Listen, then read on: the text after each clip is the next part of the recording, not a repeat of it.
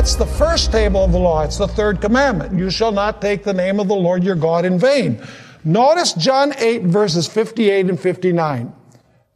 Jesus said to them, most assuredly I say to you, before Abraham was, I am.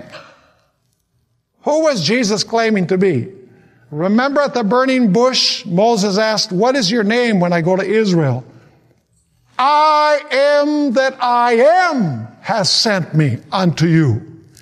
Did the Jews understand that Jesus was taking the name of God and applying it to himself?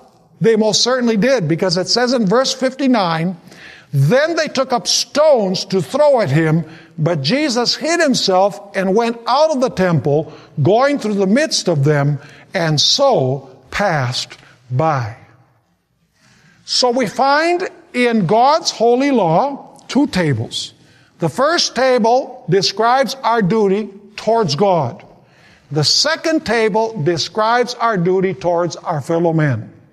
The first table belongs exclusively to God. In other words, the civil power has nothing to do with the first table. It has much to do with the second table in order to preserve the civil order. Now, do you know that the devil constantly was trying to encourage Jesus to take over the literal political kingdom? But Jesus didn't come for that. In fact, notice Matthew chapter 4 and verse 10. The devil wanted Jesus, instead of being king of the spiritual kingdom, he wanted Jesus to take over the political system. And he wanted him to overthrow the Romans. Notice Matthew chapter 4 and verse 10. Again, the devil took him up on an exceedingly high mountain and showed him all the kingdoms of the world and their glory.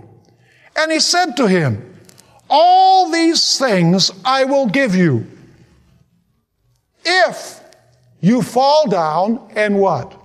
Worship me. What was the devil offering Jesus? All the kingdoms of the world. Was this talking about the kingdom of the church, all the spiritual kingdoms of the world? No. It's speaking about taking over the political kingdom, the civil system of the world.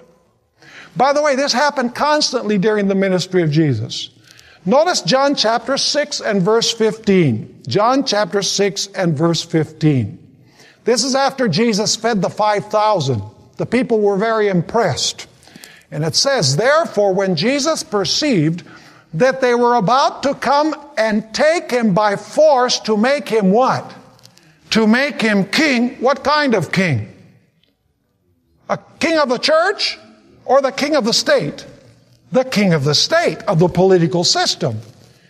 What did Jesus do when they wanted to take him by force? He departed again to the mountain by himself alone. By the way, the disciples had this mentality of Jesus also destroying everybody and taking over the kingdom. One time, there were some villages of the Samaritans that did not want to allow Jesus to pass through them on his way to Jerusalem.